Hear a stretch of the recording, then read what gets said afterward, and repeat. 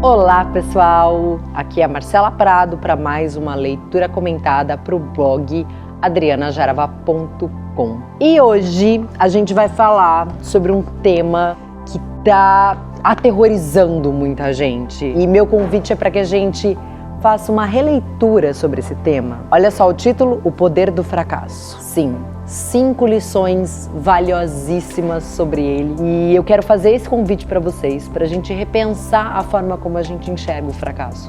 Afinal de contas, a gente só muda o que a gente faz quando a gente muda o que a gente acredita. Então, se dar uma chance para rever as nossas crenças sobre as coisas pode ser altamente transformador. Então, vamos lá? Passamos grande parte da nossa vida aprendendo que ser bem-sucedido é a grande chave para a felicidade. Almejamos isso, batalhamos por isso. E não há nada de errado. Independente do contexto ou critério, aprendemos que o esforço para ser bem-sucedido nos levaria aos patamares de aprovação e reconhecimento.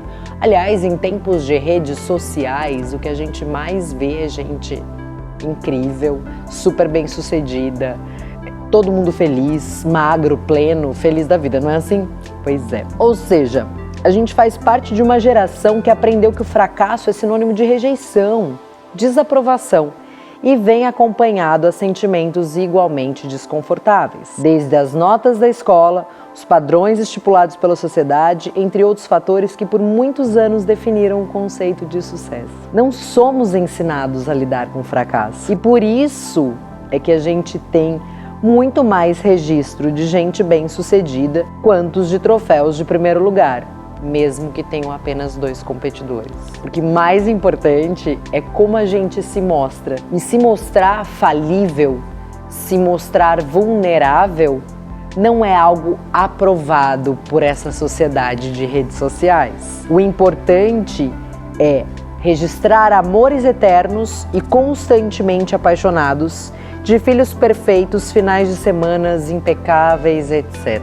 Lógico que a gente quer ganhar. Obviamente, ninguém inicia um projeto esperando não ser bem-sucedido. Nenhum atleta começa uma prova esperando o segundo lugar. Claro, sabemos que a persistência e a determinação é a chave do sucesso. Que ter um propósito aumenta a resiliência na batalha. Que somos mais do que soldados, podemos ser generais das nossas vidas, mas aprender a errar e aceitar a própria vulnerabilidade é o que nos faz ganhar tempo em meio aos desafios. Te ensina que aplauso em público nada mais é do que anos em batalha sozinho. E podemos transformar essas batalhas com mais leveza e resignação. Esse aprendizado sobre o poder do fracasso ressignifica uma série de visões deturpadas que podem estar nos impedindo ou limitando as nossas potencialidades. Aí entra muito a questão da autoexigência, né? Eu não sei o quanto você se cobra, eu não sei o quanto você se pune, mas eu posso garantir que o que eu mais vejo por aí são dores horrendas em silêncio e fotos vazias de uma felicidade inexistente. Então aprender a lidar com isso, e essa é a base desse artigo, é trazer leveza. Então ao invés de eu olhar isso com dor, qual é o aprendizado que eu posso tirar? Bom, vamos lá. O que não nos ensinaram é que o erro liberta para começar de novo sem prisões emocionais, sem resquícios de status. É a máxima libertação para seguir seu coração. Afinal, não há nada mais a perder. É necessário entender o poder do fracasso e o papel que ele tem em nossa vida e nos objetivos que almejamos atingir. Do contrário, continuaremos a fazer parte da geração mais depressiva, ansiosa e dependente de medicamentos da história da humanidade. Aliás, sobre esse trecho eu gosto muito do vídeo que o Steve Jobs posta sobre isso. Que ele diz que quando ele foi demitido da empresa que ele mesmo criou, ele não tinha mais nada a perder. Então ele era completamente livre para criar o que ele quisesse criar. E às vezes tem uma frase que eu gosto muito, que é: o que é que a gente precisa perder para aprender que a gente já tem tudo? Então, quando você começa a encarar o erro, o fracasso, como parte integrante e necessário do seu processo de crescimento e evolução, só de eu mudar minha forma de enxergar, ele já pode trazer a leveza que a gente está buscando. Inclusive, falando exatamente sobre isso, a gente vai disponibilizar para vocês uma entrevista que ele dá na Universidade de Stanford sobre a história dele. É bacana, acompanha, tá aqui disponível para vocês. O escritor americano Dennis Waitley tem um conselho interessante: o fracasso deveria ser nosso professor não nosso coveiro. Forte, né? A falha é um atraso, não uma derrota. Um desvio, não uma rua sem saída. O fracasso é algo que só conseguimos evitar se não dissermos nada, se não fizermos nada e não formos nada. Ou seja, gente, só vai errar quem está aprendendo, só vai errar quem está tentando, só vai errar quem está fazendo, quem está em movimento. E essa é a beleza disso, de olhar o fracasso como parte, como um obstáculo natural de quem está seguindo um caminho. A gente não vem com manual.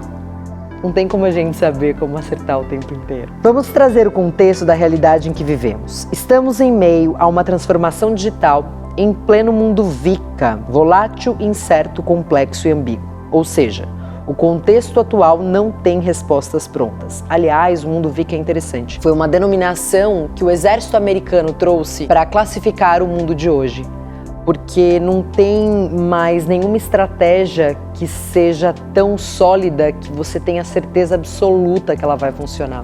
Aliás, as empresas da China não estão fazendo planejamento estratégico para mais de 2 anos, porque em 2 anos pode surgir uma tecnologia disruptiva, pode surgir alguma coisa completamente nova que mude totalmente aquilo que está sendo criado. Vivemos em um universo disruptivo, sem precedentes, e a inovação passa a ser a chave para encontrarmos soluções para os atuais dilemas. Aí que mora o desafio. Como então ser bem-sucedido num mundo tão imprevisível? Eu não sei vocês, mas para mim essa sempre foi a pergunta de $1 milhão. E é óbvio, fui pesquisar o que a ciência e o mundo corporativo vem aprendendo com essa pergunta. Além de contar também com a minha própria experiência, e eu vou dividir tudo isso com vocês. Uma recente pesquisa americana identificou que uma das competências imprescindíveis para a inovação e para esse novo contexto, adivinha qual? A capacidade para lidar com o fracasso.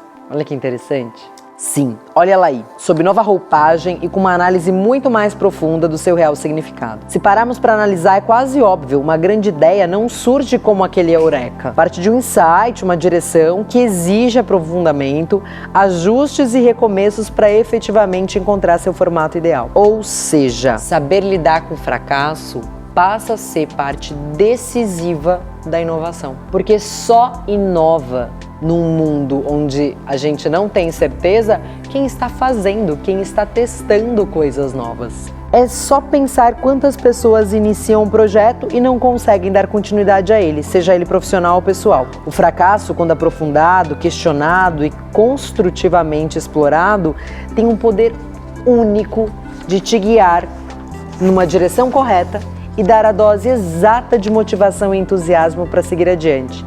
Imagine se essas pessoas desses vídeos tivessem deixado os fracassos impedirem elas de seguirem seus propósitos e seus sonhos. O que seria do mundo sem essas histórias de sucesso? E esse vídeo que eu tô dizendo chama Fracassos Famosos, a gente também tá disponibilizando aqui para vocês. Gente, são pessoas super reconhecidas, que tiveram nãos homéricos na sua carreira. E se elas tivessem deixado isso impedir de continuar, de seguir adiante, o mundo ficaria sem esses talentos incríveis. Dá uma olhada nesse vídeo, é fantástico. Imagina, gente, o Walt Disney foi demitido do jornal porque ele foi considerado que ele não tinha ideias originais. Imagina se ele acredita nesse não, verdadeiramente desiste. A gente não teria o Mickey. Dá pra imaginar isso? Talvez você possa se perguntar, mas como eu posso fortalecer então essa habilidade? Muitas vezes a consequência desse fracasso é tão devastadora, como é que a gente busca forças a partir disso? Então a gente tem aqui as 5 dicas valiosas para vocês. Primeira coisa é entender que você fez o melhor que você podia naquele momento com os recursos que eram disponíveis. Isso é interessante porque esse pensamento ele não é para te colocar numa posição de conformismo ou de vitimismo, mas sim, acredite, as pessoas fazem o melhor que elas podem com aquilo que elas têm. Eu costumo dizer que num jogo de futebol é fácil saber o que o time teria que ter feito depois que o jogo acabou. Entenda, você de ontem não é igual a você de hoje. E às vezes hoje, com o olhar da sua bagagem, você olha e fala, não acredito que eu fiz isso. É, mas já foi. E é óbvio, você sabe o que aconteceu no final, então fica fácil saber. Então entenda, você faz o melhor que você pode com aquilo que você tem. Ou você acha que alguém acorda num dia e fala assim, hoje eu vou fracassar? Não, né? Pessoas fazem o melhor que elas podem com aquilo que elas têm. Isso é regra. Segunda lição, assuma 100% da sua responsabilidade. Não é culpa de ninguém. Você pode ter sido influenciado por inúmeros fatores externos, mas ninguém é capaz de decidir nada por nós. E assumir essa responsabilidade é o primeiro passo para se libertar da culpa do fracasso. Sem isso, ficaremos remoendo as nossas emoções, sem foco, sem lições, apenas na dor e na prisão do passado. Ou seja, não vai servir para nada a não ser aumentar a dor e limitar possíveis passos futuros. E aí entra muito o perdão de si mesmo, né? Se você entende que você fez o melhor que você pôde com aquilo que você tinha, você consegue se perdoar com uma facilidade um pouco maior. Terceira lição: o que isso tudo pode me ensinar? Sem os questionamentos certos, você poderá voltar a cometer os mesmos erros, já que eles não foram estrategicamente explorados para criar cascas, para fortalecer, apenas para criar um casulo onde o medo e os traumas são os guias. E as consequências? Fazem com que a gente se feche ainda mais para o mundo, para o risco, para o amor e para o novo. Você cria uma falsa ilusão de que você está se defendendo enquanto você está se blindando para o novo. Mas na prática é puro medo de se machucar, é pura defesa. E isso não leva a gente a lugar nenhum, porque é no desconhecido e é no novo que tem, além do risco, o sentimento máximo de plenitude. É no novo, é no desconhecido que você tem os maiores riscos, mas as maiores recompensas. Então, se você não consegue se perguntar o que eu posso aprender com isso, o medo de errar vai começar a te paralisar para testar novas formas. Eu costumo brincar que uma criança, quando está aprendendo a andar de bicicleta, se ela cai e não tenta andar de novo logo na sequência, a chance dela transformar aquele tombo num trauma e nunca mais querer pegar a bicicleta é enorme. Então, confrontar de forma inteligente e estrategicamente falando, esses tombos são formas da gente realmente aprender com eles. O que isso tudo pode me ensinar que não estou vendo? É uma pergunta interessante para te ajudar a analisar essas questões de uma forma mais estratégica. Se eu pudesse começar novamente, o que eu faria diferente? Como as pessoas que mais admiro me ensinariam a lidar com isso? Então são perguntas que te levam ao movimento, ao invés da estagnação. Quarta lição: não se compare. Um dos maiores erros que levam as pessoas a desconsiderarem as 3 lições acima é o medo do que os outros vão pensar. Como explicar aos entes queridos que não sou o que esperavam de mim? Simples, aceitando as 3 primeiras lições, com autenticidade e verdadeiramente concentrando suas energias nos próximos passos e no poder da libertação que o fracasso tem, aquilo que a gente falou agora há pouco. Isso não é lindo? Quando olhado sob essa perspectiva, se ainda precisar de mais inspiração sobre essa lição, segue o que, na minha opinião, nos faz mais inspiradores sobre isso. E esse é aquele discurso que eu falei para vocês do Steve Jobs. Assistam ele com carinho. Uma coisa é você ter pessoas como referência, então você admirar pessoas, mas a gente não vai ser igual a elas. Nós temos composições diferentes, histórias de vida diferentes.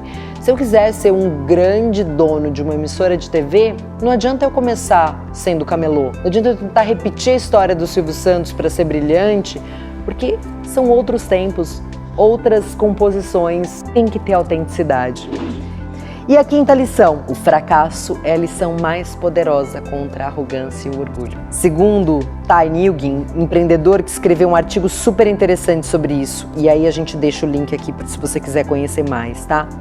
O que diferencia pessoas bem-sucedidas das outras é a sua resposta às experiências que deram errado. Elas lambem suas feridas, mas continuam no campo de batalha e encontram forças em suas cicatrizes. A rejeição substitui o orgulho por humildade e essa, por sua vez, pode ser aquilo que vai te salvar de uma queda pior. Somente o orgulho e o ego tentará ludibriar as demais lições e invariavelmente os erros se repetirão até que as lições sejam aprendidas. Eu particularmente tive uma lição bônus de o meu filho, que na época tinha 1 ano e 11 meses quando eu escrevi esse artigo. Sim, pasmem, menos de 2 anos e lições extraordinárias para uma vida. Eu costumo dizer que ele foi o mestre sobre encomenda que apareceu na minha vida. Estávamos felizes, concentrados, montando um enorme castelo. Gente, eu não vou ler essa parte não, porque eu quero contar pra vocês o que aconteceu, foi muito legal. A gente estava lá montando o castelo de Lego, sabe aqueles blocos assim de Lego pra criança? E aí a gente tava super feliz, empolgado, a gente criou um castelo. Aqui entre nós o castelo ficou lindo, ficou enorme. E aí eu tava super feliz e orgulhosa do que a gente tinha montado, né? E aí eu falei, filho, olha o castelo que a gente criou. Ele olhou pra mim e simplesmente destruiu o castelo. Eu juro pra vocês, eu fiquei chateada. Vocês acreditam? Eu fiquei chateada, eu olhei e falei assim, mas filho, a gente acabou de construir o castelo. E ele olhou pra mim com aquele olhar puro de uma criança de menos de 2 anos de idade e disse assim, mamãe, vamos construir outro? E assim, a gente vem de uma geração onde a gente se habituou a idolatrar diplomas na parede, a obras prontas. A gente se apega às obras prontas, até porque ela vai com uma assinatura do nosso nome. Mas num mundo tão disruptivo, a gente precisa se tornar apaixonados por construir castelos. Porque é muito provável que no meio da construção vai ser necessário que você mude totalmente o formato daquele castelo que você começou a desenhar. E se a gente não se tornar apaixonado pelo processo de construção, a gente vai se frustrar constantemente.